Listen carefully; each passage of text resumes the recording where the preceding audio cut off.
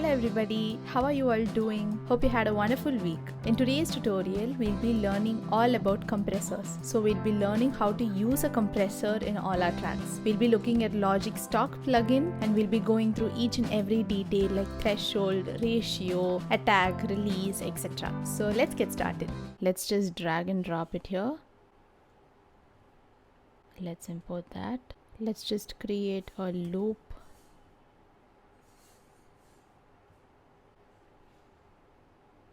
Alright.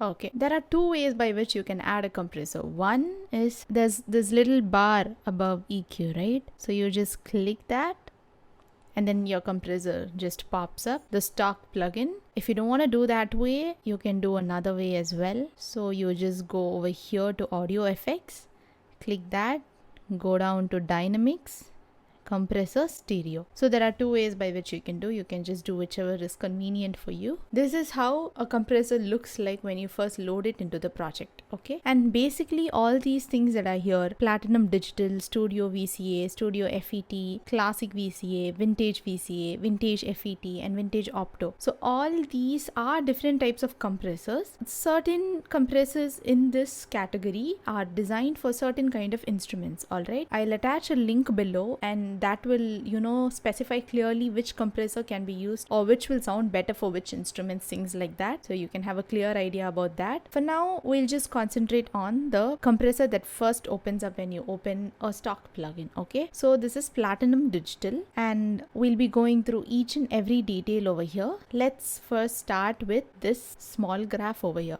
Basically, let's keep everything to its normal position for now. So basically I'm putting this to 0. I've put the ratio to 1, threshold to 0, makeup gain is already at 0. I'm putting the knee at 0, attack at 0, release at 0, and auto gain is switched off, and yeah.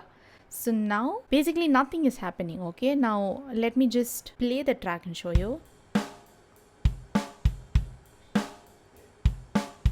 Nothing is happening, right? You cannot see any movement in the meter, or even if you click this graph, nothing. So basically nothing is happening. It's just a raw signal that's coming out. There are certain plugins, only when you move knobs and stuff, only then the plugin will work. Otherwise it won't. So this is one such plugin. So let's see how we are going to switch the compressor on. The main knobs that we'll have to focus on are threshold and ratio. So without switching on threshold and ratio, a compressor is not basically switched on. Meaning it is not working, it's not doing anything to the track. So imagine a compressor like a ceiling. All right, so you fix the ceiling. Okay, for example, you have a volume fader. Okay, say this is the volume fader. All right, and say you want to keep your ceiling up till, let's say, minus 9 dB. So that is your ceiling. Basically you don't want anything above that. You just want all the loudness in a track to reach only minus 9 dB and nothing should go beyond that. All right, so setting that ceiling level, okay, that minus dB, that is the work of a threshold. So you basically set the ceiling of your track. I have kept minus 9 dB here. So what I'm trying to tell the compressor is that show me anything, show me the signal, any signal that's going beyond minus 9 dB, okay? Because I want to work on that signal. I want that signal to come under minus 9 dB. I don't want anything to go beyond minus 9 because I want my ceiling to be set at minus 9 dB. So that's the idea of threshold. Now let us assume that I'm going to keep my ceiling at minus 20 dB, okay? So minus 20 dB is going to be my ceiling. So let's change, or you can just type it in here. So minus 20, oops, okay. So my threshold is set to minus 20 dB. So let me show you the graph. So basically my sound is coming from this range of loudness. All right, so now minus 20 is over here. What I want the compressor to do is to lower any volume that goes beyond minus 20 dB. All right, so now that I've set my threshold, let's see if something is happening.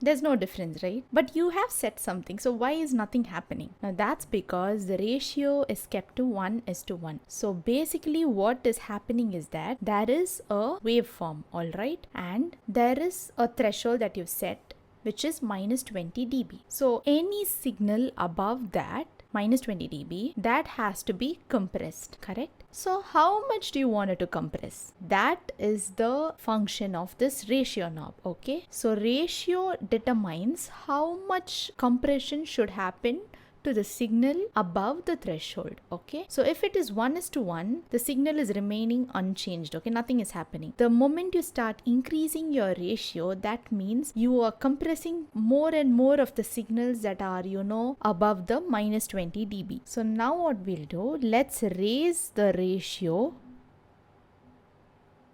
Can you see the graph? So you can see that initially when it was 1:1, it was a straight line. As you keep increasing the ratio, or in other words, as you keep compressing the signal above the threshold, you can see that the graph is slowly lowering down, right? So let's do some crazy ratio levels. So the more you keep your ratio, the more signal gets compressed. So this is some crazy compression. So let's just play it, okay?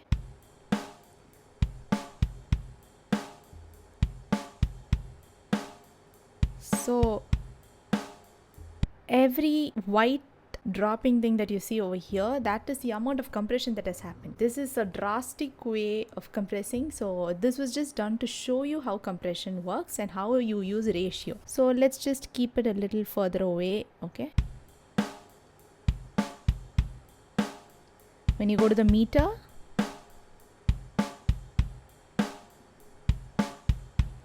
so any signal beyond that minus 20 dB is getting compressed, and the amount of compression is determined by ratio. And you can see a live feed of those signals over here in the graph. Alright, so now that we've set the threshold and the ratio, what does makeup mean? Like, what does that knob do? Well, makeup, it is a gain knob basically, okay? Let us look at the input signal over here. So basically the amount of signal that is coming inside the plugin, alright?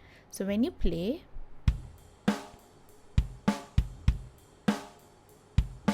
alright, so you see minus 3.7. When you are compressing some signal, you are losing a little bit of volume. But our main focus in using a compressor should be that the input volume must be equal to the output volume. You're just leveling the loudness and the softness. But even if you level them, the input volume must be equal to the output volume, alright? So when you're compressing, you're losing some signals, and as a result, you're losing a little bit of volume. So how do you make up for that volume? Exactly, you use makeup gain. So that is how you make up those volume that have been lost, okay?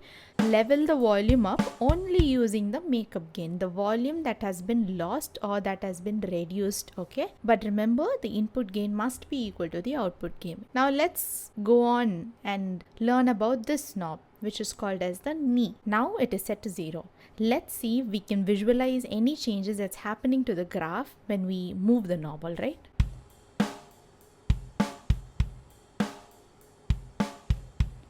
Now it's full. Now it's at 0. So what is basically happening is that the transition, okay, so can you see this point exactly at minus 20 dB? So since we've set our threshold at minus 20 dB, the signal is like that, alright? So minus 20 is here. Anything beyond minus 20, there's a sharp cut, alright? Which means the compressor is acting immediately when the signal goes beyond minus 20. It's acting immediately. It's switching on immediately and it's compressing immediately. But if you don't want that immediate compression, you can smooth out that portion, okay? It can be a little smoother. So that is the purpose of this knee. So you basically increase it a bit. Can you see it smoothing out? So there's a curve right now, okay? So now compressor is still working, but it's not immediate, alright? It's a little smoother. The transition is smoother. So that is the reason for which you use knee. Now let's go on and learn about attack. Attack is basically like how aggressive you want, your track to sound. So this is at 0.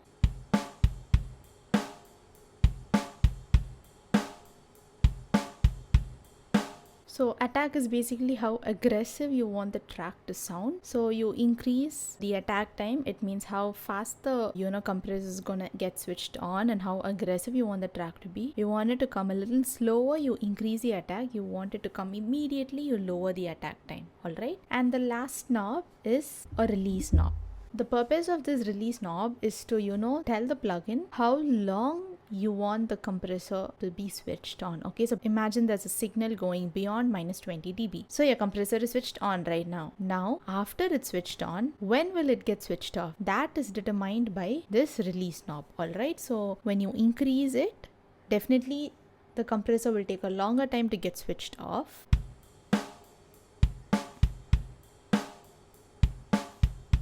Or in other words, there is slow movement. Can you see the graph?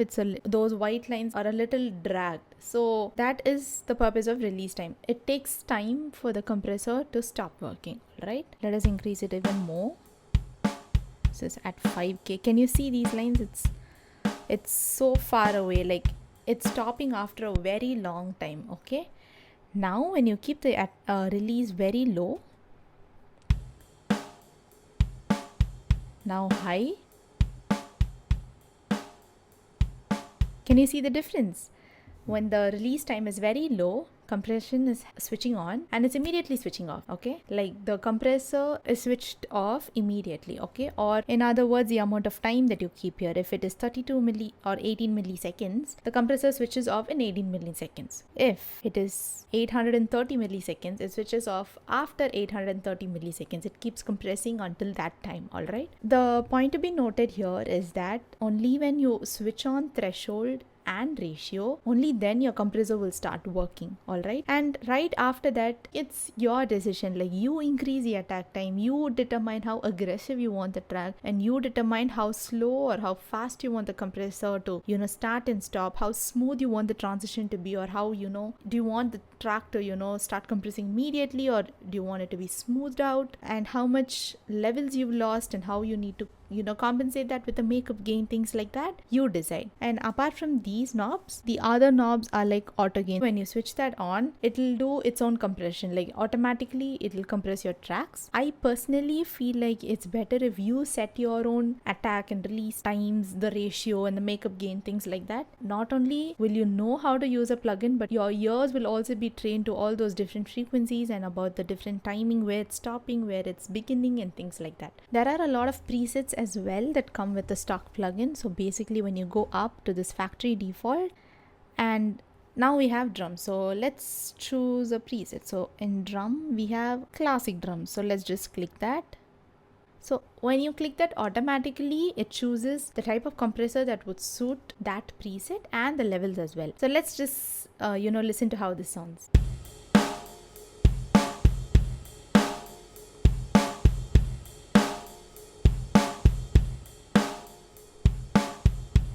Some other small pointers that are there in a compressor plugin are the mix, or the input 1:1 output, this knob. So this is basically for parallel compression. There's another knob called distortion, so distorts your signal but in a good way. You have limiter over here as well. Apart from that, you have something called sidechain. I hope you learned something from this tutorial, and I hope you learned something about compressors as well. Compressor is something that I usually use on pretty much all the tracks, and it's a wonderful plugin. You can easily level up volumes, you can easily even out the signal. It's a very important plugin, just like EQ that we just learned in the previous tutorial. If you haven't checked that out, I'll put the link below. So EQ and compressors are the two main important plugins that I use in almost all the tracks. If you have any doubts, feel free to ask me, put in the comments, or you can DM me in Instagram. I'll always respond to your queries. I'll be happy to help you guys out in your music journey as well. Thank you so much for watching, guys, and I'll see you guys in the next video.